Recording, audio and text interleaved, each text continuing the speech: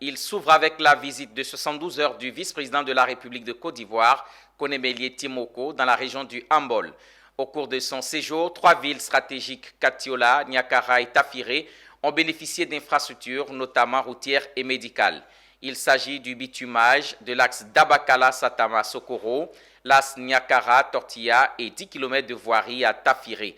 Ce sont des infrastructures qui permettront de faciliter le transport de marchandises, du bétail et d'accélérer le... C'est un retour dans sa région natale très attendu. Koné Timoko, vice-président de Côte d'Ivoire, 3 jours durant, après sa visite post-nomination, s'est rendu dans la région du Hambol. De Dabakala à Katiola, en passant par Niakara et Tafiré, la ville du vice-président de la République, Koné Timoko, a connu un franc succès. Les populations des villes et villages parcourus n'ont pas boudé leur plaisir de communier avec leurs fils, accompagnés du Premier ministre Patrick Achi, du ministre de l'Équipement et de l'Entretien routier Amédée Kouakou et de plusieurs autres membres du gouvernement. Le vice-président de la République a procédé au lancement des travaux du bitumage de plusieurs routes. Il s'agit de l'axe Niakara Tortilla, long de 53 km avec 7 km de voirie et un pont, notamment un ouvrage d'art sur le bout. Le bitumage de cet axe qui relie Niakara et Tortilla, y compris la construction du pont sur la rivière Bou, contribuera fortement à désenclaver la localité de Tortilla, qui naguère avait été érigée en ville à la suite de l'afflux des populations venues d'horizons divers à la recherche d'un emploi dans les mines de diamants en raison du fort potentiel diamantifère de son sous-sol.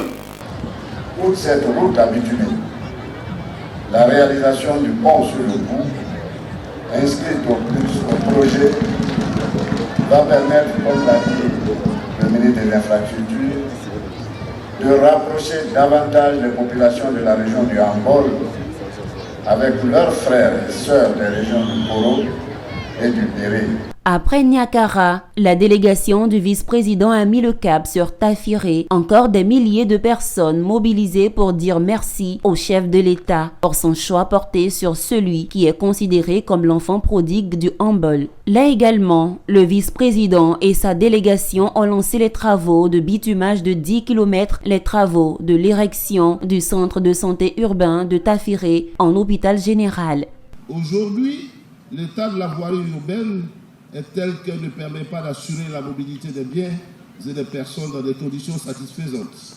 C'est au regard de toutes ces entraves au développement de cette importante circonscription qu'il est apparu nécessaire de procéder à la réhabilitation de la voirie actuelle et au bitumage de voiries complémentaires.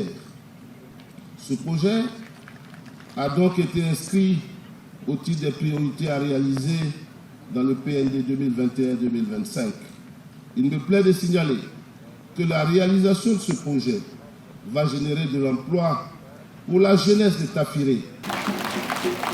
Ces travaux s'inscrivent dans une politique plus large de développement des villes de l'intérieur du pays, articulée autour de la restauration et la modernisation des infrastructures économiques et socio-culturelles.